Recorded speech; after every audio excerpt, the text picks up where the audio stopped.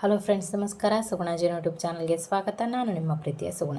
ಯಾರೆಲ್ಲ ನನ್ನ ಚಾನಲನ್ನು ಸಬ್ಸ್ಕ್ರೈಬ್ ಮಾಡ್ಕೊಂಡು ವಿಡಿಯೋ ನೋಡ್ತಿದ್ರು ಅವರೆಲ್ಲರಿಗೂ ಕೂಡ ಥ್ಯಾಂಕ್ ಯು. ಹಾಗೆಯೇ ಯಾರೆಲ್ಲ ನನ್ನ ಚಾನಲನ್ನು ಸಬ್ಸ್ಕ್ರೈಬ್ ಮಾಡ್ತೀವಿ ವಿಡಿಯೋ ನೋಡ್ತಿದ್ರು ಪ್ಲೀಸ್ ಸಬ್ಸ್ಕ್ರೈಬ್ ಮಾಡ್ಕೊಳ್ಳಿ.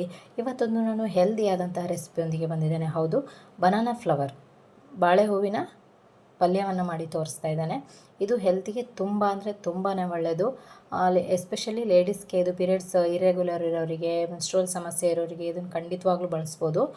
ಇದರಿಂದ ಖಂಡಿತವಾಗ್ಲೂ ಸಮಸ್ಯೆ ನಿವಾರಣೆ ಆಗುತ್ತೆ. ಹಾಗೆಯೇ ವಿಟಮಿನ್ ಎ ಮತ್ತು ಸಿ ಇದೆ, ಹಾಗೆಯೇ ಪ್ರೋಟೀನ್ ಇದೆ, ಕ್ಯಾಲ್ಶಿಯಂ ಇದೆ. ಹಾಗಾಗಿ ತುಂಬ ಅಂದರೆ ತುಂಬಾ ಒಳ್ಳೆಯದು. ಮತ್ತು ವಿಟಮಿನ್ ಸಿ ಇರೋದ್ರಿಂದ ಇದರಲ್ಲಿ ಇಮ್ಯುನಿಟಿ ಪವರನ್ನು ಜಾಸ್ತಿ ಮಾಡುತ್ತೆ. ಹಾಗೆಯೇ ಇದರಲ್ಲಿ ಫೈಬರ್ ಅಂಶ ಜಾಸ್ತಿ ಇರೋದ್ರಿಂದ ಡೈಜೆಷನ್ ಪ್ರಾಬ್ಲಮ್ ಇದ್ದವರು ಕೂಡ ಇದನ್ನು ಬಳಸ್ಬೋದು. ಖಂಡಿತವಾಗ್ಲೂ ಒಳ್ಳೆಯದು. ಹಾಗೆಯೇ ಇದನ್ನು ಶುಗರ್ ಇರೋರು ಕೂಡ ಬಳಸೋದ್ರಿಂದ ಮಧುಮೇಹವನ್ನು, ಶುಗರನ್ನು ನಿಯಂತ್ರಣದಲ್ಲಿ ಇಡುತ್ತೆ. ಹಾಗೆಯೇ ಇದು ರಕ್ತದಲ್ಲಿನ ಗ್ಲೂಕೋಸ್ ಪ್ರಮಾಣವನ್ನು ನಿಯಂತ್ರಿಸುತ್ತೆ. ಇದರಿಂದ ತುಂಬ ಅಂದರೆ ತುಂಬಾ ಬೆನಿಫಿಟ್ಸ್ ಇದೆ. ಇಷ್ಟೆಲ್ಲ ಬೆನಿಫಿಟ್ಸ್ ಇರುವಾಗ ನಾವು ಯಾಕೆ ಬಳಸಬಾರ್ದಲ್ವ? ತೋಟದಲ್ಲಿ ಹಾಗೇ ಬಿದ್ದು ಕೊಳ್ತು ಹೋಗ್ತಾ ಇರುತ್ತೆ. ಅದನ್ನು ಬಳಸ್ಕೊಂಡು ನಾವು ಖಂಡಿತವಾಗ್ಲೂ ಒಂದು ಹೆಲ್ದಿಯಾದಂಥ ರೆಸಿಪಿಯನ್ನು ಮಾಡೋದ್ರಿಂದ ತುಂಬ ಹೆಲ್ಪ್ ಆಗುತ್ತೆ. ಹಾಗಾದರೆ ಇವತ್ತು ನಾನು ಬನಾನಾ ಫ್ಲವರ್ ಅಥವಾ ಬಾಳೆ ಹೂವಿನಿಂದ ನಾನು ಪಲ್ಯವನ್ನು ಮಾಡಿ ತೋರಿಸ್ತಾ ಇದ್ದೇನೆ. ನೀವು ಕೂಡ ಟ್ರೈ ಮಾಡಿ, ಆಯಿತಾ? ಹಾಗಾದರೆ ಅದಕ್ಕೆ ಏನೇನು ಇಂಗ್ರೀಡಿಯೆಂಟ್ಸ್ ಬೇಕು ಅಂತ ನೋಡ್ಕೊಂಡು ಬರೋಣ ಬನ್ನಿ. ನಾನಿಲ್ಲಿ ಬಾಳೆ ಹೂಗಳನ್ನು ತೊಗೊಂಡಿದ್ದೇನೆ, ನೋಡ್ಬೋದು ನೀವು ಈ ರೀತಿಯಾಗಿ.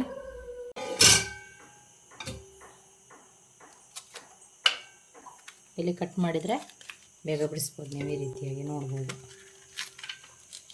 ಇದು ತುಂಬ ಸಿಪ್ಪೆ ತೆಗಿಲಿಲ್ಲ ಅಂದರೆ ಕಹಿ ಬರುತ್ತೆ.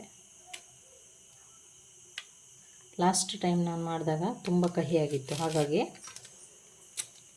ಸ್ವಲ್ಪ ಜಾಸ್ತಿನೇ ಇದನ್ನು ಸಿಪ್ಪೆಯನ್ನು ಸುಲ್ಕೊಳ್ಬೇಕು. ಈ ರೀತಿಯಾಗಿ ಇದನ್ನು ತೆಕ್ಕೊಳ್ಬೇಕು.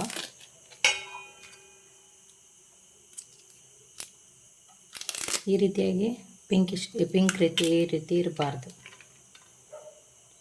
ಇದನ್ನು ಸಹ ರೆಸಿಪಿಗಳನ್ನು ಮಾಡ್ತಾರೆ, ಬಟ್ ನಾನು ಸದ್ಯಕ್ಕೆ ಹಾಗೇ ತೋರಿಸ್ತಾ ಇದ್ದೇನೆ. ನೋಡ್ಬೋದು ಈ ರೀತಿಯಾಗಿ ಫುಲ್ಲು ಈ ರೀತಿ ಪಿಂಕ್ ಇರಬಾರ್ದು. ಈ ರೀತಿಯಾಗಿ ಇಷ್ಟು ಫುಲ್ ವೈಟ್ ಆಗುವವರೆಗೆ ನಾವು ಇದನ್ನು ಸಿಪ್ಪೆಯನ್ನು ಬಿಡಿಸ್ಕೊಳ್ಬೇಕು. ಓಕೆ, ಈ ರೀತಿಯಾಗಿ ನಾನು ಸಿಪ್ಪೆಯನ್ನು ತೆಗೆದಿಟ್ಕೊಂಡಿದ್ದೇನೆ. ಈಗ ಅದನ್ನು ಚಿಕ್ಕ ಚಿಕ್ಕದಾಗಿ ಕಟ್ ಮಾಡ್ಕೋಬೇಕು. ಉಪ್ಪು ನೀರನ್ನು ನಾನು ಮಾಡಿಟ್ಕೊಂಡಿದ್ದೇನೆ, ನೀರಿಗೆ ಉಪ್ಪು ಹಾಕಿಟ್ಕೊಂಡಿದ್ದೇನೆ. ಅದಕ್ಕೆ ಇದನ್ನು ನಾವೇನು ಚಿಕ್ಕ ಚಿಕ್ಕದಾಗಿ ಪೀಸ್ ಮಾಡಿ ಹಾಕಿದ್ವಿ ಅದನ್ನು ಕಟ್ ಮಾಡಿ ಹಾಕ್ಕೊಳ್ಬೇಕು. ಓಕೆ, ನಾನೆಲ್ಲ ಒಂದು ಕುಕ್ಕರನ್ನು ತೊಗೊಳ್ತಿದ್ದೇನೆ. ಈಗ ನಾವೇನು ಉಪ್ಪು ನೀರಲ್ಲಿ ಹಾಕಿಟ್ಟಿದ್ದೇವೆ, ಇದನ್ನು ಚೆನ್ನಾಗಿ ತೊಳೆದು 2 ಸರಿ ಕುಕ್ಕರಿಗೆ ಹಾಕ್ಕೊಳ್ಬೇಕು. 2 ಸರಿ ನೀಟಾಗಿ ತೊಳಿಬೇಕು. ಇದನ್ನು ಚೆನ್ನಾಗಿ 2 ಸರಿ ಇದನ್ನು ಉಪ್ಪು ನೀರಲ್ಲಿ ತೊಳೆದಿದ್ದೇನೆ. ಈಗ ಈ ಕುಕ್ಕರಿಗೆ ಹಾಕ್ಕೊಳ್ಳೋಣ. ಕುಕ್ಕರಲ್ಲಿ ಬೇಯಿಸಿ ಮಾಡೋದ್ರಿಂದ ಕಹಿ ಆಗಲ್ಲ. ನಾನು ಹಾಗೆ ಮಾಡಿದ್ದೆ ಲಾಸ್ಟ್ ಟೈಮು, ತುಂಬ ಕಹಿ ಆಗಿತ್ತು, ತಿನ್ನಲಿಕ್ಕೆ ಆಗಲಿಲ್ಲ. ಹಾಗಾಗಿ ಕಹಿ ಬರುತ್ತೆ. ಈ ರೀತಿ ಕುಕ್ಕರಲ್ಲಿ ಬೇಯಿಸಿ ನೀರನ್ನು ತೆಗೆಯೋದ್ರಿಂದ ಕಹಿ ಎಲ್ಲ ಹೋಗಿಬಿಡುತ್ತೆ. ಹೌದು, ನಾನು ಸ್ವಲ್ಪ ಕಹಿ ಹೋಗಲಿ ಅನ್ನೋ ಕಾರಣಕ್ಕೆ ಹುಣಸೆ ಹಣ್ಣನ್ನು ಹಾಕ್ತಾಯಿದ್ದೇನೆ. ಹಾಗೆಯೇ 1 ಸ್ಪೂನ್ ಆಗುವಷ್ಟು ಉಪ್ಪನ್ನು ಹಾಕ್ತಾಯಿದ್ದೇನೆ. ಉಪ್ಪನ್ನು ಸ್ವಲ್ಪ ಜಾಸ್ತಿನೇ ಹಾಕ್ಕೊಳ್ಳಿ, ತೊಂದರೆ ಇಲ್ಲ. ಈಗ ಇದು ಮುಳುಗುವಷ್ಟು ನೀರನ್ನು ಹಾಕಿ ನಾವು 2 ವಿಷಲ್ ಕೂಗಿಸ್ಕೊಳ್ಬೇಕು. ಸಾಕು, ಇಷ್ಟು ನೀರನ್ನು ಹಾಕಿ 2 ವಿಷಲ್ ಕೂಗಿಸ್ಕೊಳ್ಬೇಕು.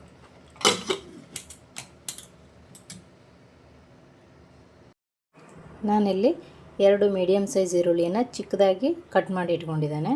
ನೀವು ಬೇಕಿದ್ರೆ ಯಾವ ಶೇಪಿಗೆ ಬೇಕಾದರೂ ಕಟ್ ಮಾಡ್ಕೊಳ್ಬೋದು. 1 ಕಪ್ ಆಗುವಷ್ಟು ಕಾಯಿ ತುರಿಯನ್ನು ತೊಗೊಂಡಿದ್ದೇನೆ, ತೆಂಗಿನ ತುರಿ ಹಸಿದಾಗಿ. ಉಪ್ಪು, ಹಾಗೆಯೇ ಒಂದು 4 ಬ್ಯಾಡಗಿ ಮೆಣಸು ತೊಗೊಂಡಿದ್ದೇನೆ. ಒಂದು 3 ಖಾರದ ಮೆಣಸನ್ನು ನಾನು ಎಣ್ಣೆಯಲ್ಲಿ ಸ್ವಲ್ಪ ಫ್ರೈ ಮಾಡಿ ಇಟ್ಕೊಂಡಿದ್ದೇನೆ. ನೀವು ಎಣ್ಣೆ ಬೇಡ ಅಂದರೆ ಹಾಗೇ ಫ್ರೈ ಮಾಡಿ ಇಟ್ಕೊಳ್ಬೋದು. ಒಗ್ಗರಣೆಗೆ ಸ್ವಲ್ಪ ಕರಿಬೇವನ್ನು ತೊಗೊಂಡಿದ್ದೇನೆ.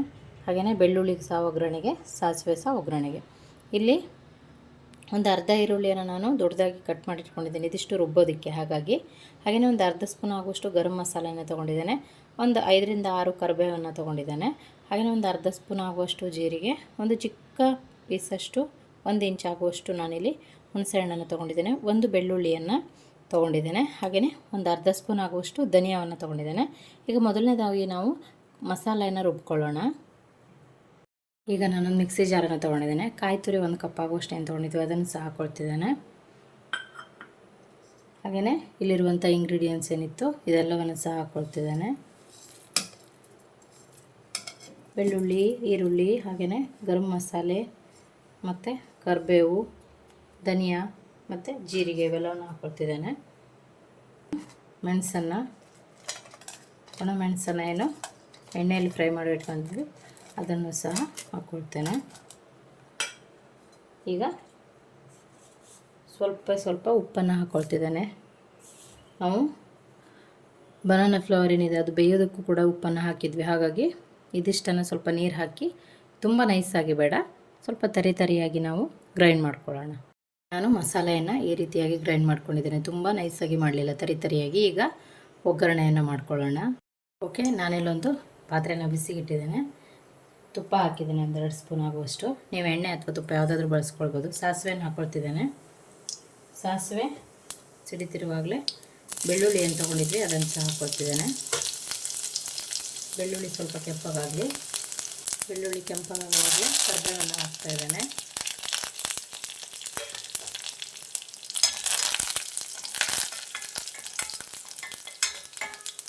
ಈಗ ನಾವು ಈರುಳ್ಳಿಯನ್ನು ಏನು ಕಟ್ ಮಾಡ್ಕೊಂಡ್ವಿ ಅದನ್ನು ಸಹ ಹಾಕ್ತಾಯಿದ್ದೇನೆ.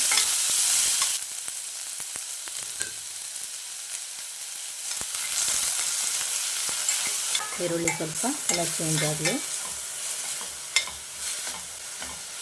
ಬನಾನಾ ಫ್ಲವರ್ ಆಲ್ರೆಡಿ ಬೆಂದಿರೋದ್ರಿಂದ ನಾವು ಈರುಳ್ಳಿ ಒಂದು ಬೇಯಿಸ್ಕೊಳ್ಬೇಕು. ಸಾಕು, ಇಷ್ಟು ಕಲರ್ ಚೇಂಜ್ ಆದರೆ ಈಗ ನಾವೇನು ರುಬ್ಬಿಟ್ಕೊಂಡಿದ್ವಿ ಮಸಾಲೆ ಎಲ್ಲವನ್ನು ಹಾಕ್ತಾಯಿದ್ದೇನೆ.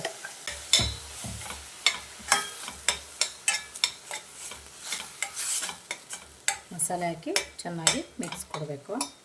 ಈಗ ನಾವು ಮಸಾಲೆ ಏನು ಹಾಕಿದ್ದೇವೆ ಇದನ್ನು ಚೆನ್ನಾಗಿ ಒಂದು ಮಿಕ್ಸ್ ಕೊಟ್ಟು ಮಸಾಲೆ ಸ್ವಲ್ಪ ಚೆನ್ನಾಗಿ ಕುದಿಬೇಕು. ಇದನ್ನು 2 ನಿಮಿಷ ಮುಚ್ಚಳವನ್ನು ಮುಚ್ಚಿ ಬೇಯಿಸ್ಕೊಳ್ಳೋಣ. ಓಕೆ, ಇದೀಗ ಕುದೀತಾ ಇದೆ ನೋಡ್ಬೋದು. ಸಾಕು. ಇದಕ್ಕೆ ನಾವೀಗ ಬಾಳೆಹೂವು ಏನು ಬನಾನಾ ಫ್ಲವರ್ ಏನು ಬೇಯಿಸಿಟ್ಕೊಂಡಿದ್ವಿ ಅದನ್ನು ನೀರು ತೆಗೆದಿಟ್ಕೊಂಡಿದ್ದೇನೆ ನಾನು. ಇದನ್ನೀಗ ಹಾಕ್ಕೊಳ್ಬೇಕು.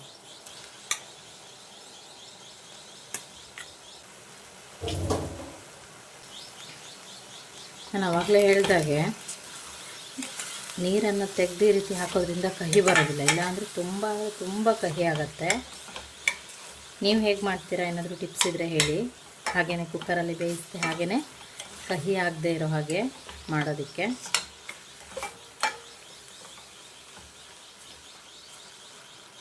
ಇದಕ್ಕೆ ನೀವು ಬೇಕಿದ್ದರೆ ಸ್ವಲ್ಪ ಬೆಲ್ಲವನ್ನು ಟೇಸ್ಟಿಗೆ ಅನುಸಾರವಾಗಿ ಆ್ಯಡ್ ಮಾಡ್ಬೋದು. ನಾನಿಲ್ಲಿ ಸ್ವಲ್ಪ 1/4 ಸ್ಪೂನ್ ಆಗುವಷ್ಟು ಬೆಲ್ಲವನ್ನು ಆ್ಯಡ್ ಮಾಡ್ತಿದ್ದೇನೆ. ಚೆನ್ನಾಗಿ ಈಗ ಮಿಕ್ಸ್ ಕೊಟ್ಟು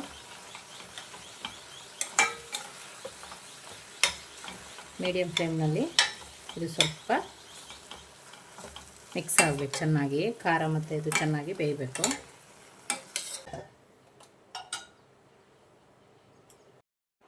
ಓಕೆ, ಇದೀಗ ಆಗಿದೆ ನೋಡ್ಬೋದು. ಗ್ಯಾಸನ್ನು ಆಫ್ ಮಾಡ್ತಿದ್ದಾನೆ. ಇದು ಚೆನ್ನಾಗಿ ಬೆಂದಿದೆ. ಇದನ್ನು ಕುಕ್ಕರಲ್ಲಿ ಬೇಯಿಸಿರೋದ್ರಿಂದ ತುಂಬ ಏನು ಬೇಯಿಸ್ಬೇಕಂತಿಲ್ಲ. ಖಾರದ ಜೊತೆ ಚೆನ್ನಾಗಿ ಹೊಂದ್ಕೊಳ್ಬೇಕು, ಮಿಕ್ಸ್ ಆಗಬೇಕಷ್ಟೆ. ಓಕೆ, ಇದು ರೆಡಿಯಾಗಿದೆ ಈಗ. ಓಕೆ, ಈಗ ಬಾಳೆಹೂವಿನ ಪಲ್ಯ ಅಥವಾ ಬನಾನಾ ಫ್ಲವರ್ ಏನಿದೆ ಅದರದ್ದು ಪಲ್ಯ ರೆಡಿಯಾಗಿದೆ. ನೀವು ಕೂಡ ಟ್ರೈ ಮಾಡಿ ಹೇಗಾಗಿದೆ ಅಂತ ಕಮೆಂಟ್ನಲ್ಲಿ ತಿಳಿಸಿ. ವಿಡಿಯೋವನ್ನು ನೋಡಿದ್ದಕ್ಕಾಗಿ ಧನ್ಯವಾದಗಳು.